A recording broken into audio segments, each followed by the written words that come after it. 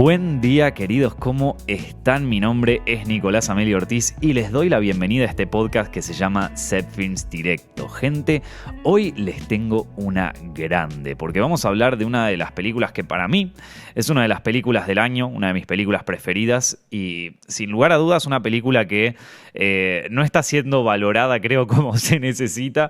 Pero bueno, vieron, hay veces donde... Ustedes ya me conocen, hay veces donde mis gustos o las películas que yo considero las mejores del año, las que más me gustan, no siempre son las más acogidas ni por la crítica ni por el público. Yo creo que esta es una de ellas que no generó ni demasiado ruido en la crítica ni demasiado ruido en el público, pero a mí me gustó tanto, loco.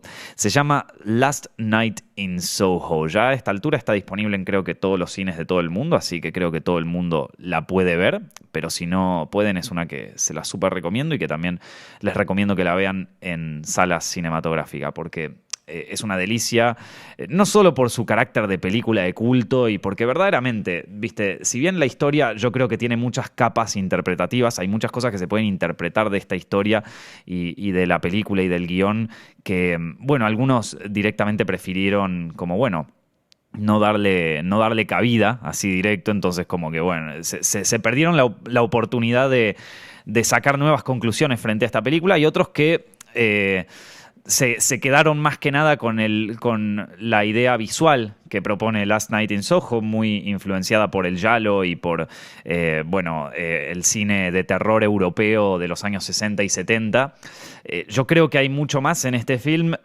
Mientras más lo pienso y más la miro a la película, más me doy cuenta de esas capas que esconde, escondidas debajo de una película super pop, super camp, super kitsch, vamos a decirlo, con una historia aparentemente, arquetípica e incluso yo te diría una historia medio básica, vamos a decirlo así, ¿no? Pero bueno, nada, quería compartir mi opinión con ustedes y un par de interpretaciones que fui haciendo. Esta película la vi por primera vez en su estreno acá en Madrid el 19 de noviembre y la fui a ver con una chica. Nico, ¿vos salís con alguien? Sí, sabés que sí, loco, y son buenas salidas, no te voy a mentir.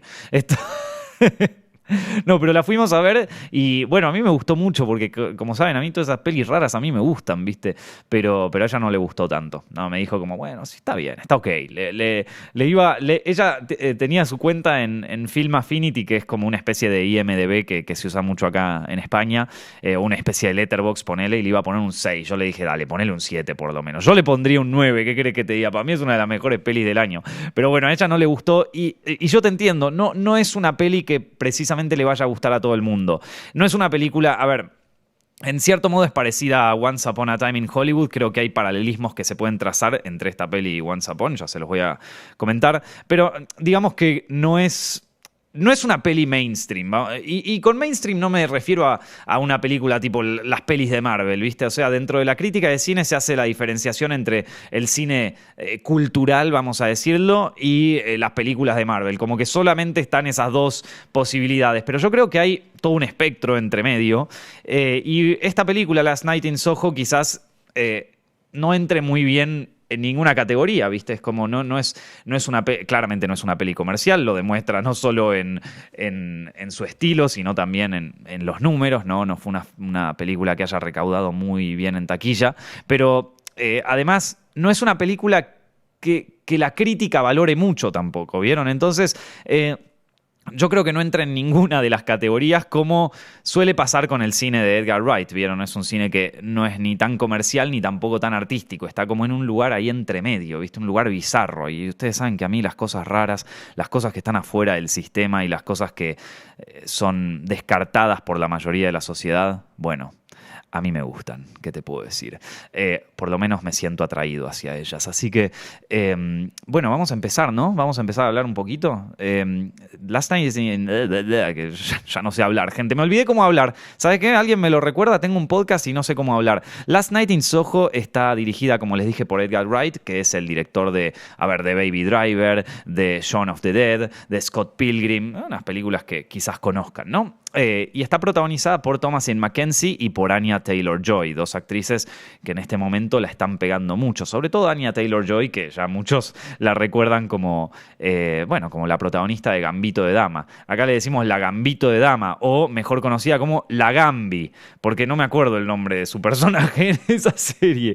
Así que, conocida como la Gambi en Gambito de Dama, Anya Taylor-Joy es una de las protagonistas de esta película. Y quería, antes de arrancar con más una interpretación sobre los temas de esta película y son los personajes y toda esa historia, quiero iniciar con algo que me está llamando la atención y que lo hablo con algunos amigos y que tiene que ver no solo con esta película, sino también con el cine que se está haciendo y el cine que están haciendo algunos directores consagrados, ¿no?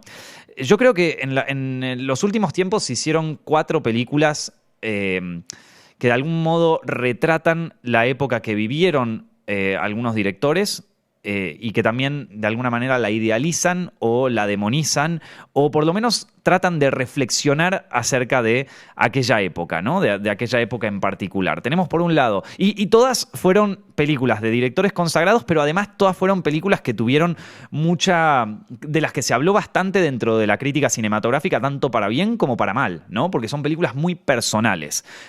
Una de ellas es Roma, de Alfonso Cuarón, que ganó el Oscar. La otra es Dolor y Gloria, de Pedro Almodóvar, otra película fascinante. Otra es Once Upon a Time in Hollywood, de Tarantino. Y ahora tenemos Last Night in Soho, de Edgar Wright. En todas se plantea una época y se plantea a veces también una ciudad. Entonces, y de esa manera, y dentro de esa época y dentro de esa ciudad, los personajes transitan una historia que quizás no sea lo más importante de la película, la historia personal de los personajes, sino cómo esa época y esa ciudad va a tener un efecto en ellos y por lo tanto también en el director, ¿no? Yo las veo un poco como una catarsis del director sobre la época que vivieron, sobre la historia que vivieron o quizás sobre una época que no vivieron, en el caso de Edgar Wright, pero que de alguna manera la tienen idealizada, ¿no? En Roma, Cuarón reconoce que el contexto histórico del México en donde él creció era mucho más sórdido de lo que él había visto, ¿no? O sea, tenemos escenas horribles que suceden porque la época, digamos, era una época muy complicada en México, pero claro, como Alfonso Cuarón viene de una familia de clase alta mexicana, todos estos horrores no los presenció y digamos que no es que no los presenció, pero digamos que vivía en un contexto social, él vivía en un microcosmos social que le permitía ignorar esos problemas, ¿no? Y eso es algo que a él lo tiene bastante preocupado en toda su filmografía, porque si uno mira, y Tu mamá también, quizás no sea el tema central del film, pero tenemos a unos protagonistas dando vueltas por un México que está devastado, que está llevado por la violencia y por la turbiedad y qué sé yo, y estos protagonistas que ni le dan pelota al tema, ni le dan pelota, ellos están con su viaje, con la chica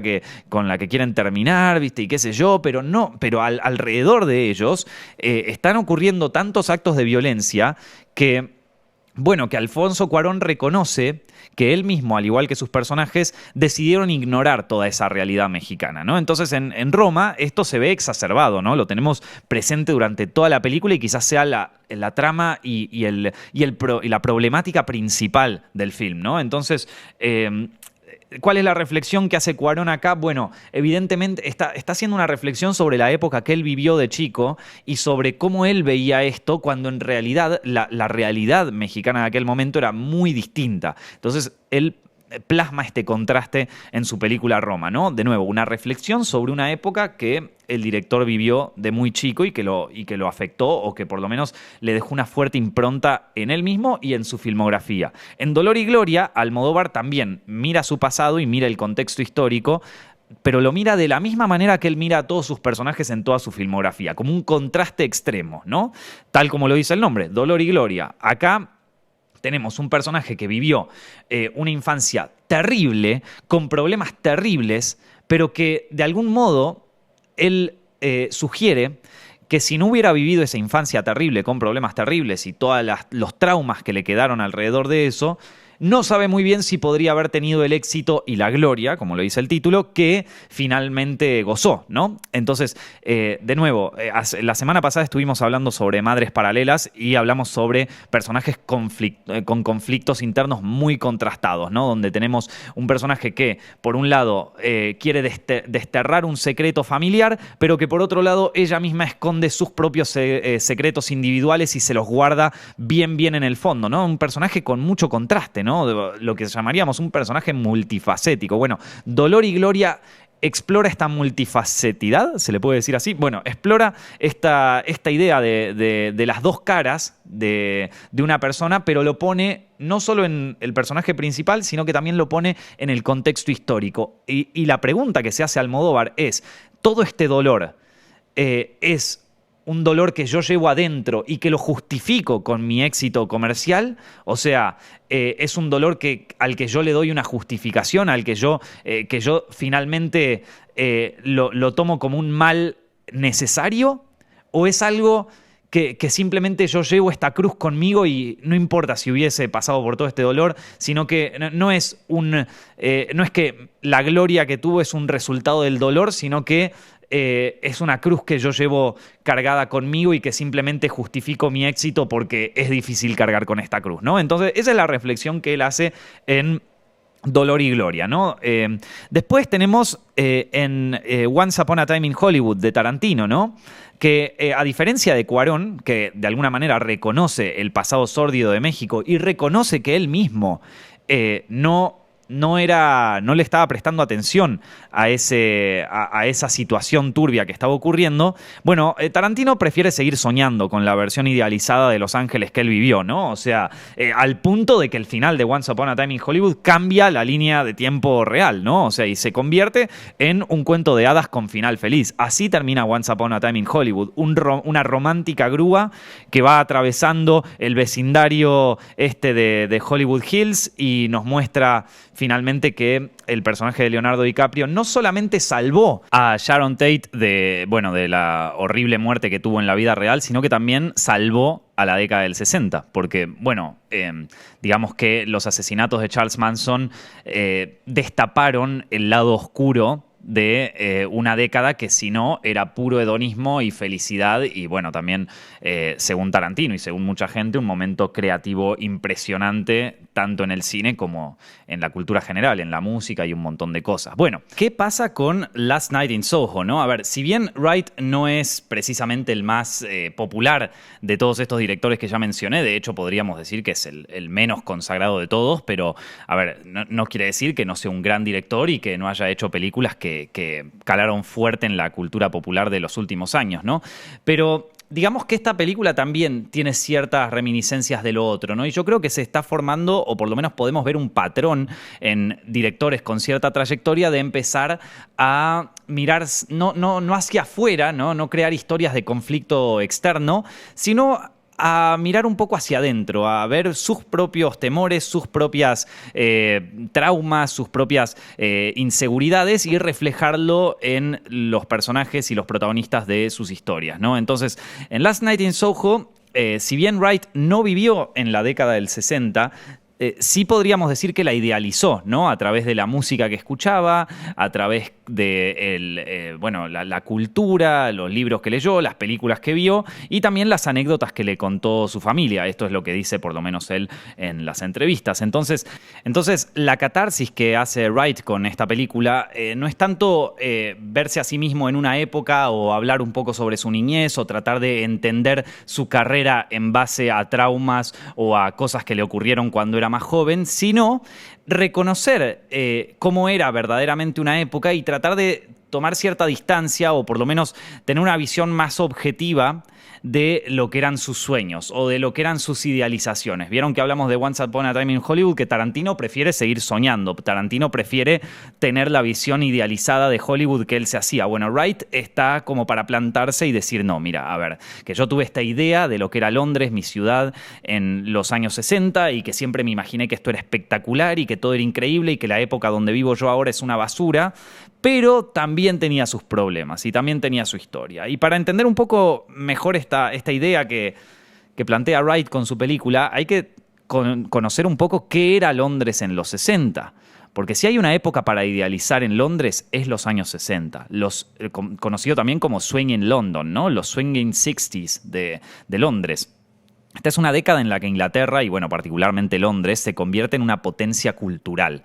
Entonces, durante los años fines de los 50 y principios de los 60, se generan algunas tribus juveniles, ¿no? Como ahora también las tenemos, ¿vieron? Ciertos grupos ideológicos juveniles o ciertos grupos culturales juveniles que a fines de los 50 eran más como tribus urbanas que se peleaban entre ellos, ¿no? Tenemos a los mods, que eran como vamos a poner de alguna manera, los beatniks de Londres de principios de los 60, que se peleaban con los rockers, ¿no? Que eran como más chaqueta de cuero y esa onda. Y entonces los mods en fines de los 50 y los rockers se peleaban fuerte, ¿viste? Eran mucha gente de clase baja también que estaba como en la lucha de aquel momento y que generaban su propia moda a través de cómo se vestían y su propia expresión a través de cómo se vestían. En fin, la cuestión es que en ese momento se cagaban a palos, se llevaban todos mal, tenían quilombos y bueno, a medida que fueron creciendo, no solamente dejaron un poco atrás las peleas, sino que también convierten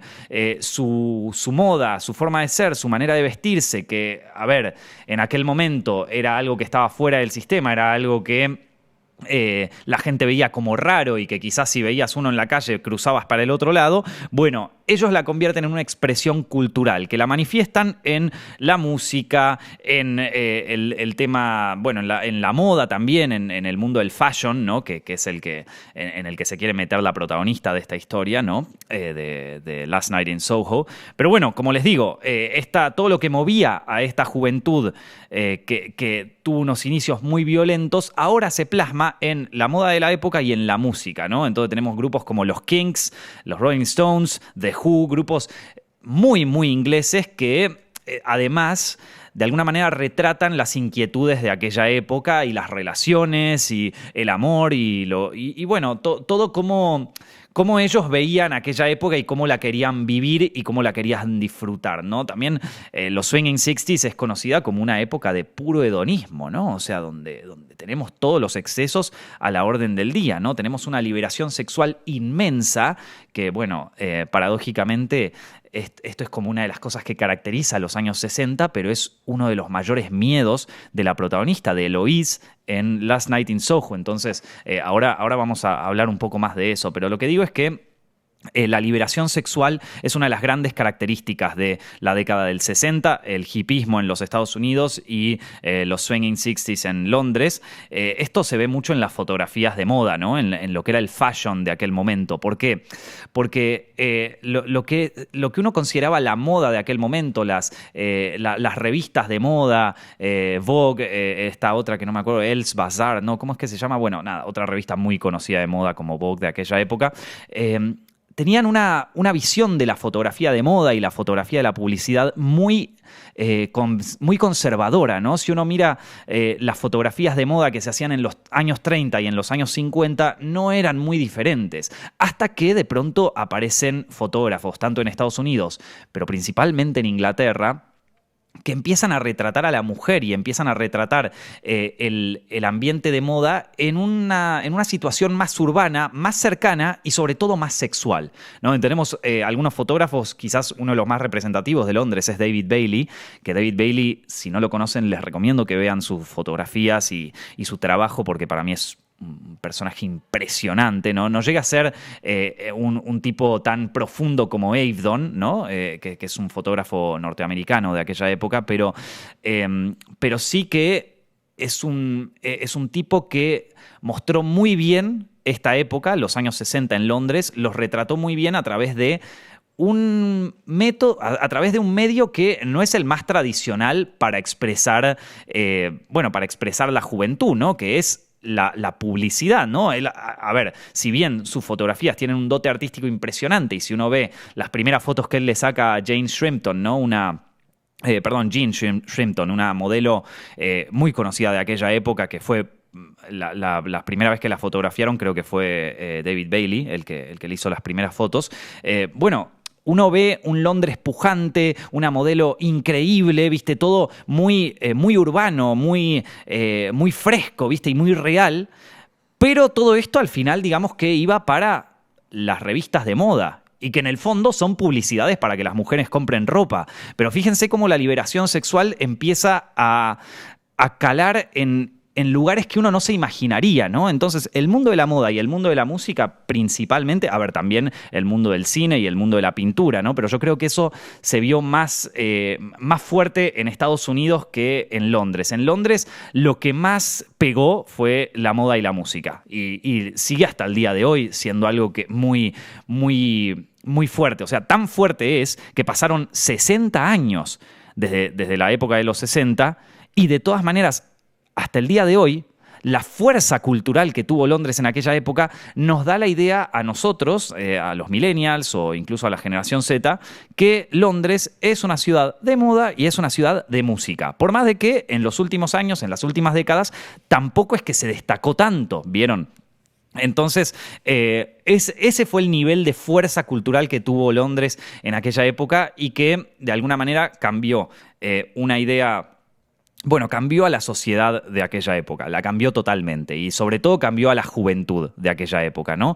Tanto desde el lado independiente, desde el lado del underground, como desde el lado más comercial, ¿no? O sea, estaban las dos caras de la moneda, ¿no? No es que era solo un movimiento independiente, artístico, medio hipster que estaba por abajo, no, esto funcionaba tanto para el mundo underground como también para el mundo más comercial de todos, ¿no? El mundo de la publicidad y el mundo de todo eso.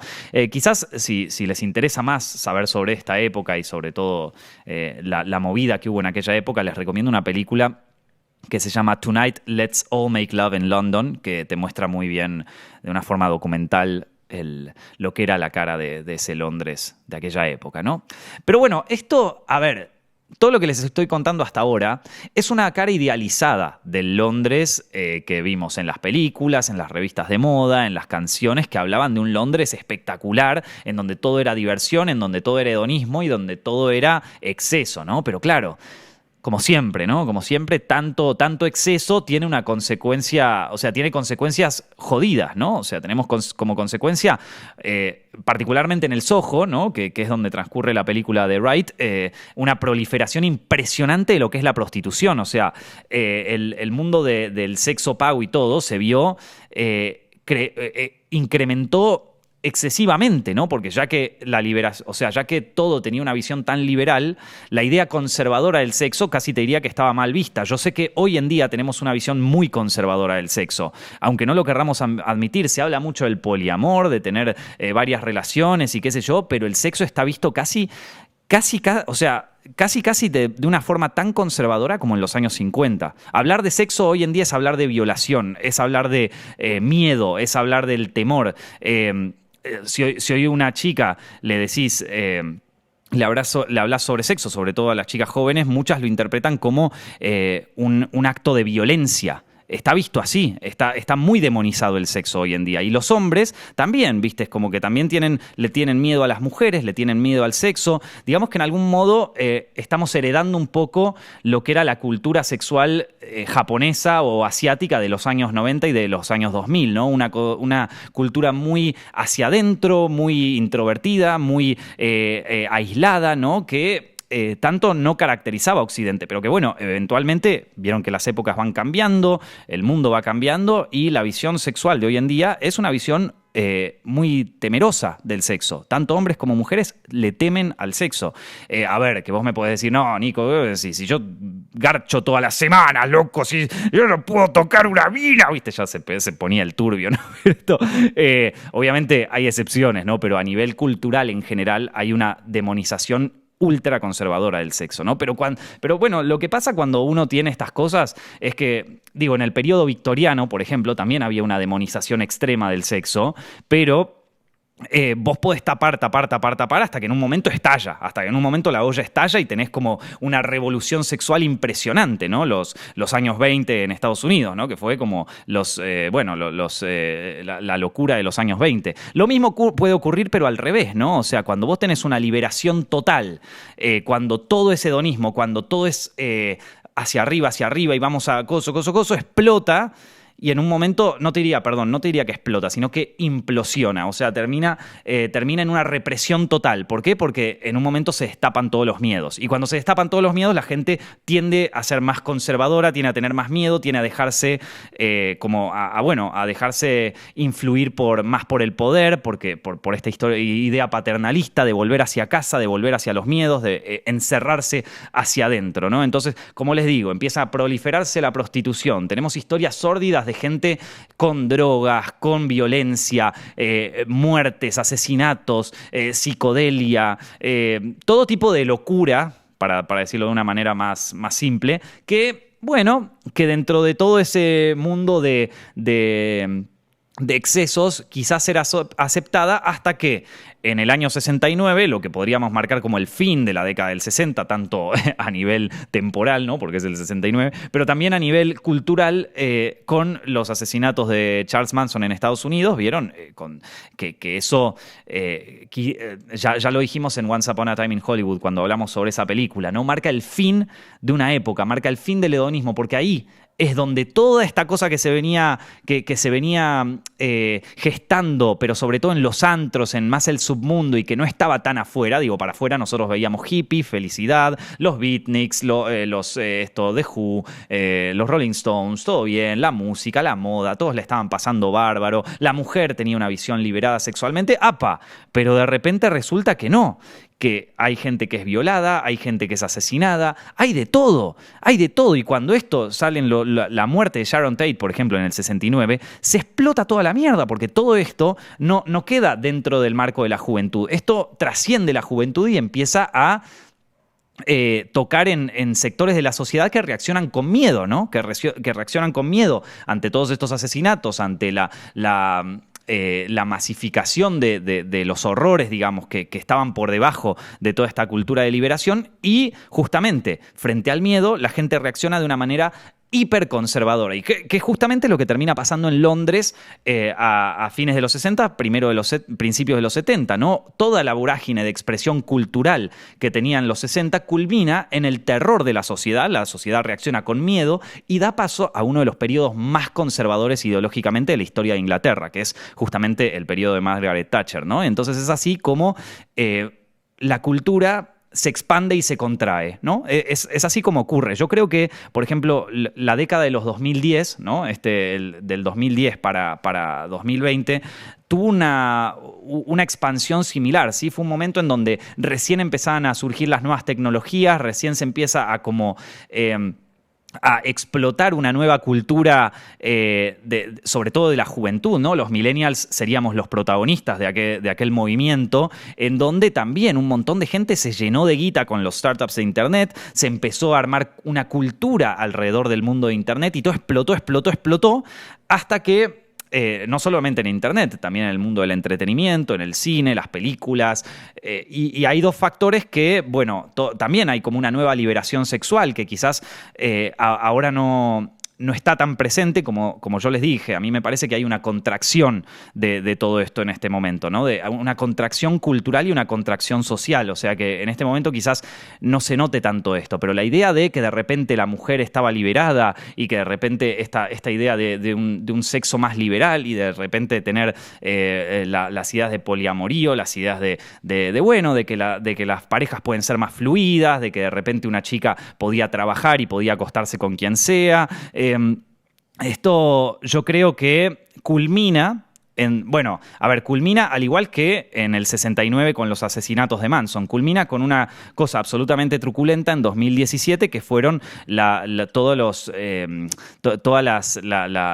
¿cómo es que se llama? Las denuncias por acoso y por violación que vivió este tipo Harvey Weinstein, uno de los productores más importantes de Hollywood. O sea, todo el glamour que salía del mundo de Hollywood de repente se ve podrido por esto. Y entonces, ¿qué pasa? ¿Cómo reacciona la gente cuando pasan este tipo de cosas? Cuando se expande demasiado las libertades, vamos a decirlo de alguna manera, con miedo, justamente, con miedo, con terror. Entonces la liberación sexual pasa a verse como una demonización del hombre, pero también una demonización de la mujer. Y justamente, culturalmente, eso también se ve. Las películas pasan a ser más conservadoras. Digo, todo lo que era el mundo del cine independiente en Estados Unidos y también en otros países, ¿no? Películas que ya iban directamente, se compartían en festivales o en internet, el crecimiento de productoras como A24, de repente empiezan a sentirse un poco más contraídas, ¿no?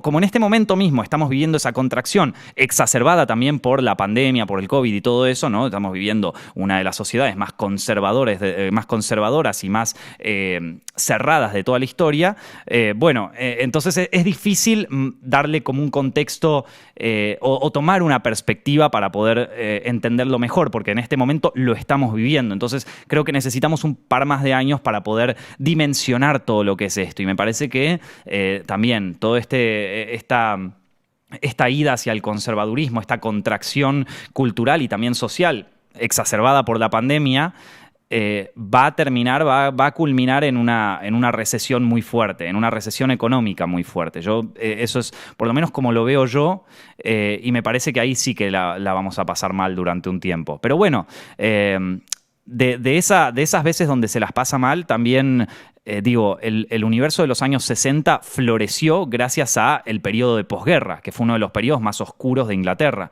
Entonces, son etapas, son ciclos por los que va pasando la humanidad, ¿no?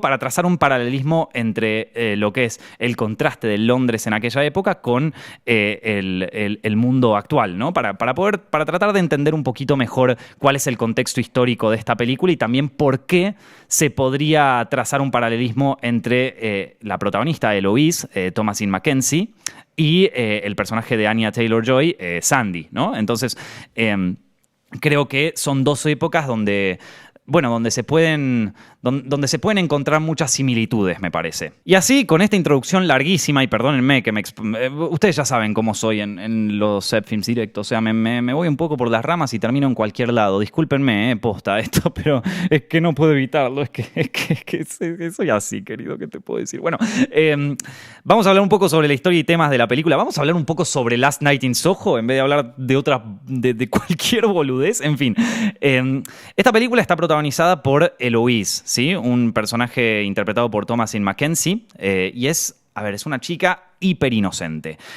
Una chica del campo que viene a la ciudad. Tenemos el personaje arquetípico, ¿no? El personaje arquetípico que también se ha visto en varias películas, ¿no? La chica que viene a la ciudad, llena de ilusiones, llena de ganas de comerse a la ciudad y de todo esto. Y aparte, esto también, Wright, desde el lado de la dirección, lo exacerba aún más porque esta como pureza de Thomasin McKenzie se ve tanto en la actriz como se ve ella, ¿no? Digamos que ella es como una princesa de Disney, ¿vieron? Y encima siempre está, en todas las escenas de la película, está súper bien maquillada, tiene su voz que básicamente es la voz de una niña pequeña, básicamente.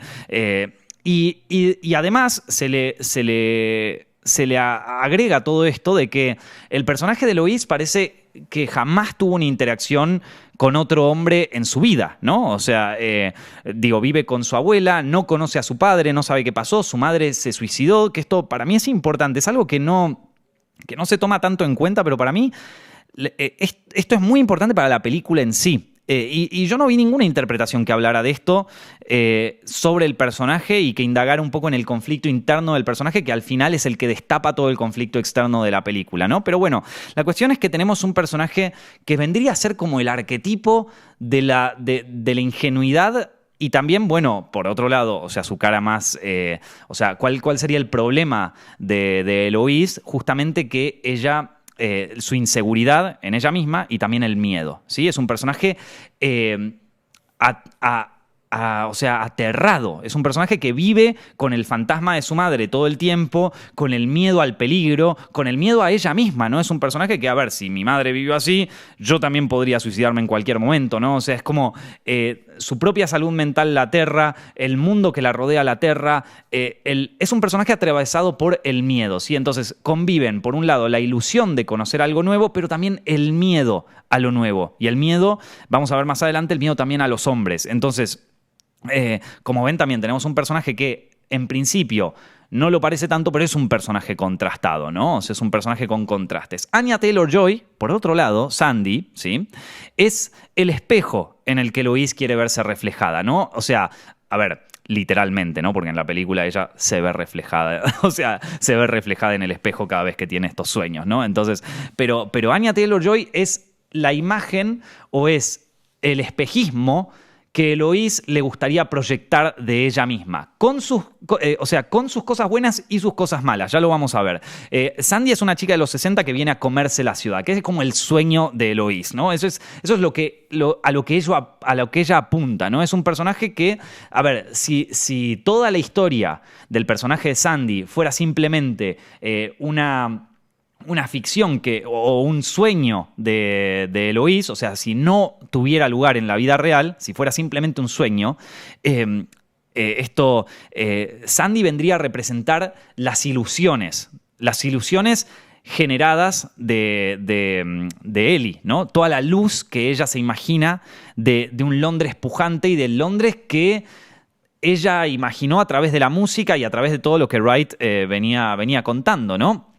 Entonces, también, como les digo, también se puede plantear a Sandy como una manifestación del deseo de Eloís, ¿no? Pero como yo ya les dije, el deseo de Eloís está contrastado también por sus miedos, por su miedo a ser presa de su propia salud mental, de ver a todos los fantasmas que ella mira, sobre todo al fantasma de su madre, por todos los miedos que los aterran, ¿no? Entonces, esto podríamos decir que es la sombra de Ellie. La sombra de Ellie, en términos junguianos, ¿no? Es aquello que nosotros conocemos, nuestro lado oscuro, nuestra parte más oscura. En este caso, a Ellie particularmente le asusta su propia salud mental, o sea, le asusta su propia mente, vamos a decirlo así. Le asusta volverse loca, le asusta suicidarse, le asusta las visiones que está teniendo, entonces su mente, su propia mente la aterra. Y entonces ahí, cuando el deseo, la parte ingenua de Eloís, se confronta con la realidad, es cuando ella empieza a asustarse, ¿no? Su mundo de ensueños, al igual que el mundo real, no es un lugar seguro. Es un lugar donde conviven los más grandes sueños, las ideas de fama que tiene Sandy, las ideas de crecimiento, pero también conviven el mal, ¿no? Convive este personaje tremendamente turbio de Jack, que es un personaje que es pura fachada, ¿no? Que es justamente la imagen del deseo que de repente se da vuelta y nos revela la sombra, ¿no? Un personaje trastornado psicológicamente que busca justamente convertirla a Sandy en una esclava sexual, ¿no? Que es quizás el mayor temor que tiene Ellie. El mayor temor que se ve desde el principio cuando el taxista medio que la empieza a acosar ahí en el auto, ¿no? Entonces es esa confrontación de sus sueños con la realidad o de su idea del sueño masculino en una realidad aterradora es lo que a ella le genera traumas, ¿no? Si en el mundo real su madre se suicidó, ¿por qué no podría ocurrir lo mismo en este mundo? Si en el mundo real Sandy no logró llegar a donde llegó y tuvo el destino que dispara el segundo acto de la película, ¿por qué no podría pasarle lo mismo a ella? Y es ahí donde arranca el terror. El terror, como verán, es simplemente si lo analizamos desde una perspectiva junguiana, ¿no? Desde cómo Jung mira la psicología de la gente, y bueno, en este caso de un personaje, Londres y el personaje de Sandy y todo este sueño que vive Eloís es una confrontación directa con su propia sombra. Es verse a sí misma y ver todo el miedo que ella tiene escondido y toda la oscuridad que ella tiene escondida, la ve cara a cara, ¿no? Entonces, a ver, que vos lo ves en la película y se manifiesta a través de un conflicto externo, pero justamente los conflictos externos en algún punto siempre son la proyección de los miedos y de las falencias de los protagonistas. Entonces, este tipo de análisis a mí me parece que es importante para entender un poco también la dimensión que tiene la película, porque si bien el film se plantea como una película de culto, así medio divertida, medio yalo de los años 60, con un plot twist así súper rimbombante, ¿vieron el giro al final? A ver, voy a hablar con spoilers. Si no vieron Last Night in Soho, les recomiendo que la vean. El giro al final tampoco es el más inesperado, pero sí que vamos a decirlo, es un giro narrativo esperable, pero no por eso menos rimbombante, no es como súper espectacular, no, que al final la villana no era quien vos pensabas, sino que era yo, ¿viste? O sea, es como esa típica película de los años 60, 6 mujeres para el asesino de Mario Bava, quizás sea el mejor ejemplo, un plot twist totalmente extravagante, así, gozo. Entonces, sí, esa historia quizás no sea la historia, a ver, no es Pulp Fiction, no es una historia con un plot twist como El Orfanato, vamos a decirlo así, no. A nivel histórico es un homenaje total al cine bizarro que se hacía en los años 60 y el mismo Wright lo dice y es lo que todos llegaron a ver, esta superficialidad, vieron las referencias al giallo, las referencias al cine inglés de explotación, las películas de la Hammer, Peeping Tom, toda esa onda, pero debajo de todo esto a mí me parece que hay un análisis psicológico de sobre todo el personaje de Louise, de Ellie, que para mí es impresionante y está hecho con tal sutileza que va por debajo de la historia y no nos damos cuenta, ¿no? Entonces, como les digo, Sandy para mí es una proyección constante de ella misma. A ver, que se da de una manera literal porque es el espejo, ¿no? Y el espejo, ustedes saben que ya de por sí el espejo nunca nos proyecta tal cual como somos, ¿no? El espejo de entrada nos proyecta una visión espejada, ¿no? Dada vuelta de nuestra imagen, ¿no? Es por eso que, y esto es un dato que a mí me había llamado la atención cuando estaba estudiando en la facultad. A mí me habían hablado sobre por qué nos vemos mal en las fotos, por qué no nos gusta vernos en las fotos o por qué no nos reconocemos tan bien en las fotos. Y eso es porque la fotografía nos saca una foto real de nosotros, o sea, saca una foto, ya, a ver, que con un lente la podemos enrarecer más o menos, pero en definitiva saca una foto de lo que la gente ve, de nuestra verdadera cara. Nosotros, o sea, cada uno, no podemos ver nunca esa cara nuestra, porque cuando nos vemos al espejo, vemos una imagen espejada nuestra, o sea, vemos una imagen como si yo te dijera flipeada horizontalmente. ¿Cómo sabes esto, Nico? Bueno, agarren un papel, agarren una hoja de papel, escriban algo, pónganlo frente a un espejo y van a ver que no lo pueden leer, porque está espejado justamente, porque la letra está espejada y lo mismo en nuestra cara. Entonces, la idea que nosotros tenemos sobre nosotros mismos cuando nos vemos frente a un espejo es una idea enrarecida. Y esto, bueno, en esta película es como ya llevado al extremo, ¿no? Entonces, todo el tiempo, los espejos, la idea de lo enrarecido, la idea del personaje que no es, está presente en constante en esta película, ¿no? O sea, Ellie se ve reflejada en Sandy, pero Sandy no es solamente el reflejo de los sueños de Ellie, sino también de las oscuridades, ¿no? Entonces, nada, a mí me parece interesante, ¿no? Entonces, y lo que más me gusta de esto es que también, de algún modo, nos muestra como la cara de Ellie que ella misma quiere ocultar, ¿no? Es un personaje que desde el principio de la película ya está aterrada con sus visiones, está aterrada con la idea del suicidio y todo eso.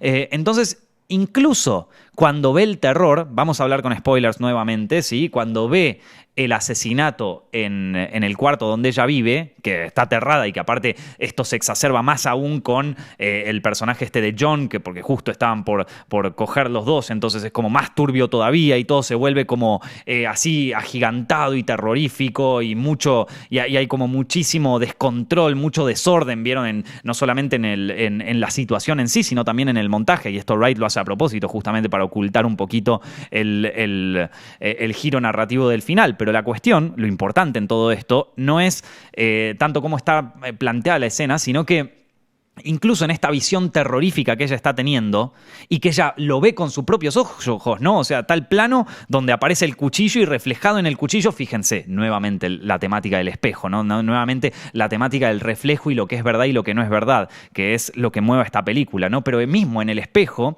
del cuchillo, nosotros vemos reflejados los ojos de Ellie. O sea, ella vio el asesinato directamente, lo presenció en primera persona, lo más cerca que podría nadie en el mundo, y sin embargo, ella prefiere, inconscientemente, esconder la realidad, esconder la cruda realidad de que no solamente Sandy es capaz de asesinar a alguien, de que Sandy, a ver, si bien es víctima, también es victimaria. Entonces, Ellie no puede con esa idea, porque Ellie también es víctima y victimaria de sí misma, en el sentido de que este miedo que le tiene a su propia salud mental, que también en algún punto le tiene miedo también ella a los hombres, o sea, al sexo masculino le tiene miedo. y podría ser capaz de convertirse en la misma victimaria que fue, o sea, que terminó siendo Sandy, ¿no? Entonces eso a ella la aterra y por eso prefiere esconderlo y lo esconde hasta el último acto.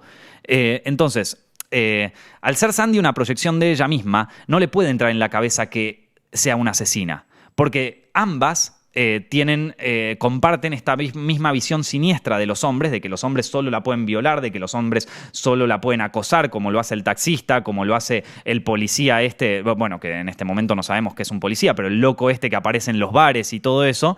Bueno, entonces, si con Sandy compartimos esta visión siniestra de los hombres, entonces yo también podría ser capaz de matar a un tipo.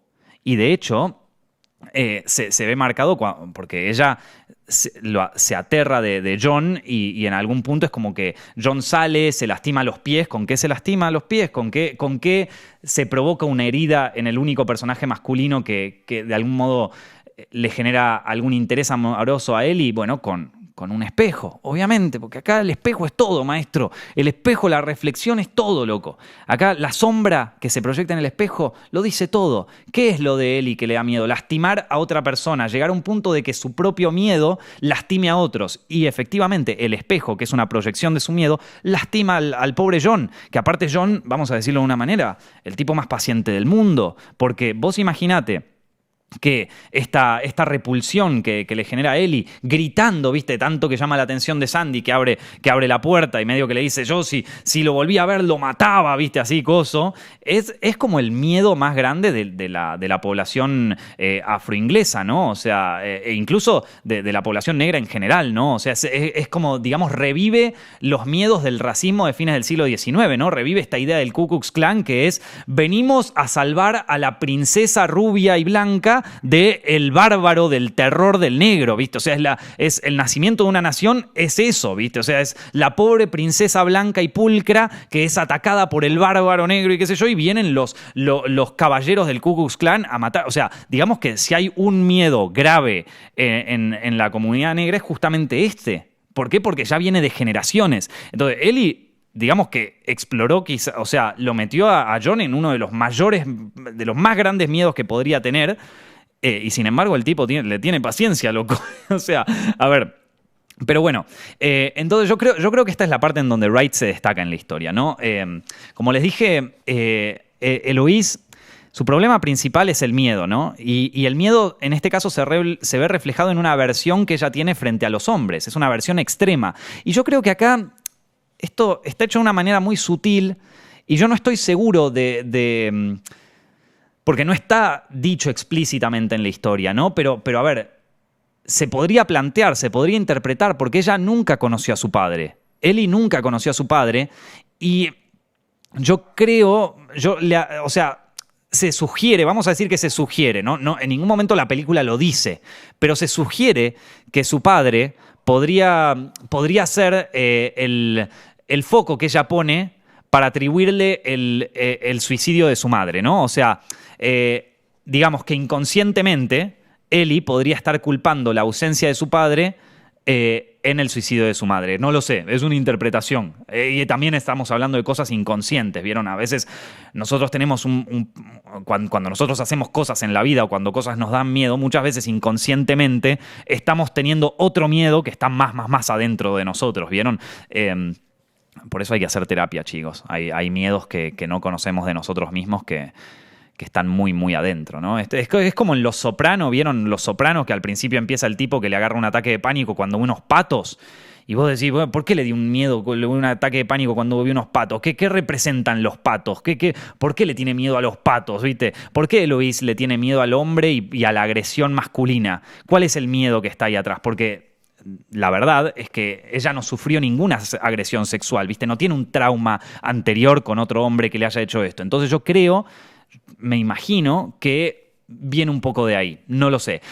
Como les digo, acá Wright lo hace de una manera tan sutil que me parece fantástica. Es como lo hace Polanski en Repulsión, ¿no? En Repulsión de Roman Polanski se sugiere constantemente que la protagonista, el personaje que interpreta Catherine Deneuve, vivió una violación por parte de su padre a muy temprana edad, cuando ella era muy pequeña. Se sugiere todo el tiempo. Jamás lo dice en la película, pero se sugiere. Entonces, yo creo que ahí hay algo presente. Y que de alguna manera dispara el miedo principal y la aversión hacia los hombres que tiene, o sea, que tiene Eloís. Entonces, si vemos a Sandy como una proyección del inconsciente de Eloís, entonces es lógico que ella no quiera admitir que Sandy tiene, o sea, que Sandy tiene esa misma aversión por los hombres, o sea, que llega al punto de asesinarlos, sino que prefiere pensar que ella fue la víctima, prefiere pensar que en una situación extrema, Jack terminó matando a Sandy, no que fue al revés. Porque si ella piensa que en una situación extrema Sandy termina matando a Jack, entonces ella perfectamente también es capaz de matar a otro hombre. O es capaz de matarlo a John, vamos a decirlo por así, ¿no? O es capaz de hacerse daño a ella misma y de suicidarse, ¿no? Y obviamente nadie quiere pensarse a sí mismo como un potencial suicida o un potencial asesino, entonces se esconde esto y prefiere pensar en el misterio. Bueno, no, ¿quién la mató? ¿No? Y es ahí donde se empieza o sea, donde se abre el arco de Eloís y donde también se empieza a cerrar lentamente, ¿no? Al principio ella, mientras va resolviendo este misterio, mientras se va adentrando más en su propia sombra, ¿no? En quién mató a Eloís, quién mató a Sandy, pero y empieza a tratar de escarbar sobre sus miedos y sobre coso, se va dando cuenta de que acá puede haber algo más. El primer momento es cuando descubre que el hombre que la acosaba en los bares, el loco este que aparece en todo momento y que después lo pisa el auto, bueno, ahí se da cuenta que en realidad ese tipo era el policía que quería salvar a Sandy, ¿no? Entonces, claro, ahí ella se confronta con una realidad que es que prejuzgué a este tipo. ¿Por qué? Porque me lo encontré en una esquina, en un lado, y pensé que era un acosador, pero en realidad era un policía que quería salvarla a Sandy, no que la quería matar. Yo pensaba que era el asesino, pero no. El tipo no... A ver, como todas las personas en el mundo, hombres y mujeres, este personaje tiene dos caras. Este personaje tiene contrastes en su forma de ser. No es solamente una cara, no es ni bueno ni malo, es un poco de los dos. Puede tener varias facetas. Al igual que una mujer, o sea, al igual que Sandy y al igual que Eloís. Pero como Eloís tiene una visión tan idílica de todo, incluso de ella misma, no puede aceptar o no puede pensar que hay dos caras en las cosas. Por más de que, y bueno, y ahí está, otra vez el espejo, otra vez la sombra, y ya vamos a repetir esto hasta el hartazgo, ¿no? Pero bueno, ya, pero a ver, que en ese momento es cuando ella se confronta con una realidad y también es el momento en donde ella de algún modo decide entregar su confianza al personaje de John, ¿no? A su interés amoroso, que le dice, voy a resolver esto y si no vuelvo venía a ayudarme, ¿no? Acepta la ayuda de un hombre que hasta ahora es como que no, o sea, no se quería ni acercar. Entonces, ahí los hombres, es en ese momento cuando ella descubre que, bueno, a ver, que un hombre no es solamente una máquina de violar y ni tampoco es una máquina de ser un asco con las mujeres. Sí, es verdad, el policía me trató medio acosador y medio que me trató mal y no me gustó o me cruzaba siempre en la calle, pero a ver, que en el fondo debe haber salvado un montón de mujeres, porque quizás no la llegó a salvar a Sandy, pero sí debe haber salvado a muchas otras chicas durante la época de más proliferación de la prostitución ahí en Londres. Entonces, a ver, es malo, es bueno, como todo el mundo. No es ni uno ni otro, es un poquito y un poco, con todas sus luces y con todas sus oscuridades. Entonces ahí es cuando ella poco a poco va dejando atrás el prejuicio contra el sexo masculino, que aparte vieron que ella viene cargada con todo lo que vio de Sandy, ¿vieron? Entonces más todavía. Entonces, Eloís deja de mirar al hombre como una máquina de violar sin cara, que es como ve a todos estos fantasmas, y hasta llega a perdonarlos, ¿no? Esto, en un momento ella les ve la cara a los hombres, siente empatía por ellos, y si bien no mata al personaje de Sandy, porque ella no puede matar a su reflejo, no puede matar a su sombra, todos tenemos que convivir con nuestra sombra. Pero Sandy muere en el incendio, ¿no? Y entonces, si lo vemos desde la psicología de Eloís, entonces también digamos que quema o que deja atrás sus prejuicios contra el sexo masculino y también sus miedos a su propia salud mental, sus miedos a poder tener un trastorno psicológico que la lleve al suicidio como su madre, ¿no? Entonces deja atrás toda esa mochila, ¿no? El incendio, el fuego en este caso, es como sirve como un símbolo de la purificación, ¿no? De la purificación de Sandy y, bueno, finalmente de todos sus problemas y de todos sus miedos, ¿no? De hecho, fíjense que a pesar de todos los miedos que ella le tenía al hombre, finalmente termina de novia con John, ¿no? O sea, termina haciendo su show de moda, vieron su show de moda de la graduación, se encuentra con su abuela, está de novia con John, está todo más que bien, se reconcilia un poco con las chicas que le hacían bullying, ¿no? Con las chicas que eran como también la expresión de sus miedos, de esta como liberación sexual total. Vieron que ella le daba mucho miedo y de algún punto también es como que la abrumaba todo esto. Y por cierto, a mí también me da mucha gracia las dos chicas que estaban ahí, las de oh, so brave, tan valientes, sos tan valientes, esas dos, que son dos personajes zombies que aparecen 2 minutos, pero igual me hicieron cagar de risa. Pero bueno, nada, finalmente ella termina de novia con John, a quien estuve evitando durante casi toda la película. Y yo acá es donde tengo algo que quizás criticarle a la película, que es el personaje de John, que justamente habiendo tantos espejos, tantas caras de los personajes, tantas miserias y luces que se van juntando y que culminan en este clímax tan fuerte, ¿no? O sea, es un clímax que es absolutamente extravagante, pero por otro lado también es completamente renovador para el personaje. A mí no me gusta que John sea un personaje tan unidimensional. John es un personaje sin contrastes. Es un personaje que es la paciencia extrema con Sandy. O sea, perdón, con Sandy no, con Ellie. Le tiene toda la paciencia del planeta. Todo lo que ella dice, él le dice, no, bueno, quédate tranquila, yo te escucho. Jamás se enoja con ella. Y miren que Ellie le hizo una jodida, es lo que les decía esto de la niña blanca virginal aterrada por el hombre negro que viene a violarla. O sea, eso es como... Man, mínimo te tenés que enojar, boludo. Boludo, estás loca, ¿viste? No, y el tipo, no, está todo bien, te perdono. Es como... es absolutamente unidimensional.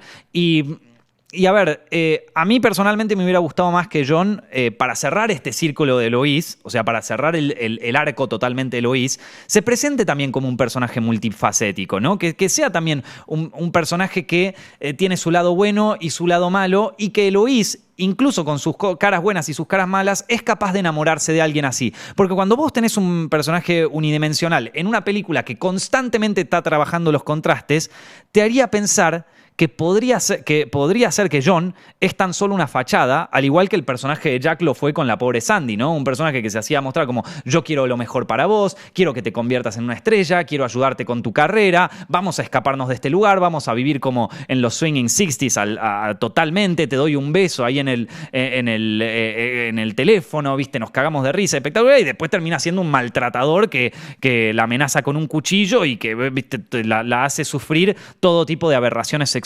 Entonces, sí, a mí me hubiera gustado ver en John un personaje un poquito más multifacético, o alguien que por lo menos demostrara cierta personalidad. Acá tenés un personaje que es ultra receptivo, o sea, y es tan receptivo que con eso pierde su personalidad. Esa es como la crítica que yo tendría que hacerle a esta historia, ¿no? Pero bueno, a ver, estamos hablando de una película de contrastes, de espejos, de mujeres y de su relación con los hombres, de miedos, de temores, de cómo superar esos temores, de la sombra que vivimos todos, o sea, donde nos podemos encontrar todos, y de cómo eso nos va llevando a convertirnos en mejores personas. Yo, en algún punto, me siento bastante identificado con el personaje de Luis, porque, como saben, yo hace no mucho tiempo me vine a vivir a Madrid, a una ciudad no solo nueva totalmente, sino que en otro continente. Y también me pareció raro al principio, cuando recién empezaba a conocer mujeres acá y cuando empezaba a salir con ellas, me encontré con una mujer muy distinta a la que yo conocía en Buenos Aires, ¿no? Con un arquetipo femenino muy distinto al que yo vivía en Buenos Aires. Yo cuando salía con chicas en Buenos Aires eran muy distintas que las de acá. Y en algún punto, eso, cuando ves algo muy nuevo, te genera cierta aversión. A mí, digo, es como que decía, no sé si voy a poder pegar, o si voy a poder salir con una española, si me va a poder entender, o si nos vamos a poder entender. No me gusta, lo saco, ¿viste? Pero capaz que yo estaba proyectando en ellas mi propia inseguridad en el sentido de que, a ver, ellas no tienen la culpa de ser diferentes. Digo, estoy en un continente nuevo, ¿entendés? Entonces uno puede vivir echándole la culpa a otro, ¿viste? Convirtiéndote en un incel europeo, en el sentido de que no, están todas las chicas mal, que no.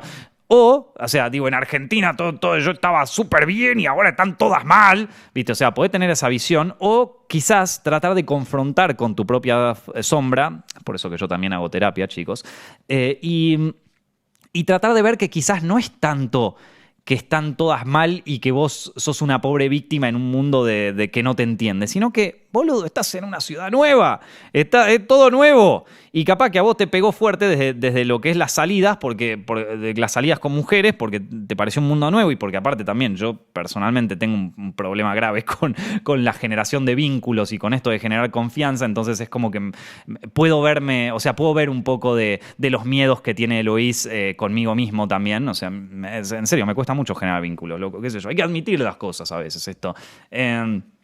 Entonces, nada, como que me pareció muy bueno esa especie de catarsis que hace el protagonista y esa especie de búsqueda de confrontar con sus sombras y todas las barreras que pone Ellie para no tener que confrontar con ellas, hasta el punto de que cree que Sandy jamás asesinó a nadie, sino que la asesinaron a ella. Y cómo, bueno, finalmente logra luchar contra eso y salir adelante. Eso a nivel historia me parece que está muy bien marcado, está muy sutilmente marcado. Entonces, lamentablemente, yo creo que muchos críticos se quedaron más con la visión superficial de la peli y no vieron tanto las otras cosas más. Bueno, esto de la teoría del iceberg, ¿no? Lo que está más debajo de la superficie, ¿no? Que creo que es súper interesante. Quería, para cerrar un poco, porque ya tuvimos, no sé cuánto tiempo estuvimos hablando de esto, a ver, sí, más de una hora hablando de esto, pero nada, les quería comentar algunas de las canciones, porque la música en esta peli es lo más, ¿no? O sea, es espectacular. Last Night in Soho, al final, el tema Last Night in Soho me gustó, porque es un tema que a mí me gusta mucho. Yo descubrí la banda que son varios nombres. El de Dave, Dizzy, Dozy, Mike, Intich, no sé, ese nombre nunca lo puedo decir. Daisy, bueno. Nada, a ver, Mick and Teach, no sé, bueno, nada, eso es un grupo de personas, el nombre de la banda, pero vos buscás Last Night in Soho en Spotify o en iTunes y te va a aparecer, o sea, es el nombre de la banda, ¿no? Esto, que por cierto, el nombre de la película, Last Night in Soho, surge porque en una charla que tuvieron Tarantino y Edgar Wright, los dos hablando sobre esta banda y sobre la música de esta banda, que de hecho hay otro tema que se llama Hold Tight, que aparece, que es de la misma banda, que aparece en Death Proof de Tarantino, así que se ve que a los dos les gustaba mucho la banda, y Tarantino le dice, o sea, y tanto Tarantino como Wright coinciden en que el nombre Last Night in Soho es un gran nombre para una película, y entonces ahí es de donde surge el nombre de la peli y también el nombre de la canción al final, ¿no? Que al final Wright nos muestra a una Londres vacía, o sea, sin absolutamente nadie, e imágenes de lugares céntricos de Londres, así como diciéndonos, bueno, esta es la vida,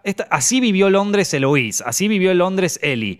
¿Cómo podés vivir Londres vos? ¿No? Te invita a la audiencia a que viva Londres y a que lo llene de esas personas, a que convierta en el lienzo que es Londres, Londres de los 60, Londres de los 70, el Londres que vos quieras. Vení y experimentalo vos mismo. Ponele vos las caras, ponele vos las personas, ponele vos las luces y también las sombras. Eso me pareció como un lindo epílogo de la película, ¿no? Con Last Night in Soho, que aparte es un temazo, loco, es un temazo. Después está Starstruck de The Kings, que es un tema así como muy inocente de The Kings, es como, bueno, es una, o sea, de como una chica que está tan metida en el mundo de la ciudad y en todo su glamour y en todo eso que se olvida de volver un poquito a su familia y a la simpleza de las cosas, ¿no? Es como un tema así más inocente quizás. Y claro, yo mientras escuchaba el tema digo, claro, este pobre Ellie se quedó con ese tema de los Kings más inocentes y no se fue y no escuchó Lola, por ejemplo, que es que ese sí ya te habla un poco del mundo de la prostitución y los bares de Soho, ¿viste? Entonces nada, me pareció como un buen tema ahí incluido, pero un tema inocente de los Kings al lado de otros temas que tienen ellos que de algún modo te muestra lo que era la vida de Londres con sus oscuridades también en los 60. Y después está I've Got My Mind Set On You. Uy, qué mal que canto, loco, la puta madre. Bueno, está la de I've Got My Mind Set On You de James Ray, que este tema cuando apareció en la peli me sorprendió tan para bien, o sea, me puso tan contento escucharlo porque es... A ver, todos conocen el tema de I've Got My Mind Set On You ¿cómo es? George Harrison, ¿no? Uno de los integrantes de los Beatles, que lo hizo en los 80 y es una versión muy ochentera del tema y está buenísima y me encanta y me parece espectacular. Pero claro, muy poca gente conoce el tema de James Ray, que también es muy bueno y cuando apareció yo dije, qué maestro, loco, qué grande incluir este tema que es una joya no reconocida del universo musical, ¿no? Es espectacular.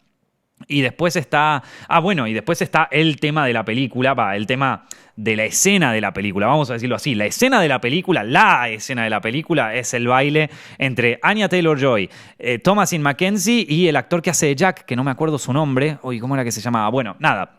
son Jack, Sandy y Ellie bailando al unísono en una toma continua, que por cierto no se hizo con efectos especiales. Esos son los tres que hicieron una coreografía espectacular y la cámara que, bueno, cada tanto se esconde una, sale la otra, entra una, así. No. La escena de la película por excelencia es espectacular, es la escena que te marcan en el tráiler como, loco, mirate esta escena. ¿Qué es lo que cantan? ¿Qué es lo que suena en ese momento? Suena Wade in the Water de Graham Bond Organization, que, a ver, como te digo, musicalización espectacular, una de las mejores escenas de la película. Y esta, según Edgar Wright, esta fue como la escena que más... una de las primeras escenas que se imaginó del film. O sea, cuando empezó a pensar Last Night in Soho, que ya la viene pensando desde el año 2007, loco. La viene escribiendo y pensando desde 2007, pero recién la pudo concretar en 2017, 2018, cuando conoció a su co-guionista, que, ¿cómo era que se llamaba la co-guionista? No me acuerdo, pero bueno, nada, que coescribe esta historia con ella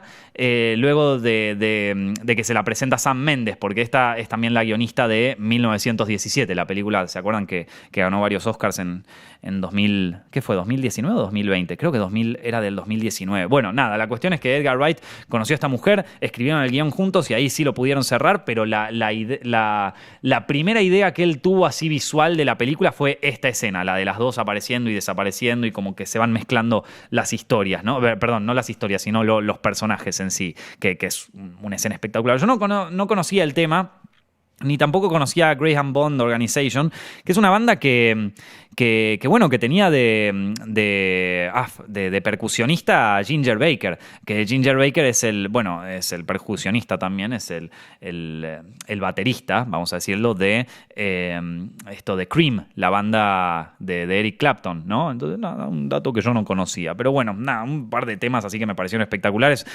Tengo muchas ganas de comprarme el vinilo de Last Night in Soho, voy a ver si está disponible o algo así, pero la verdad que le tengo muchísimas ganas. Ya me escuché el soundtrack como 20 veces y lo escucharé otras 20 veces más.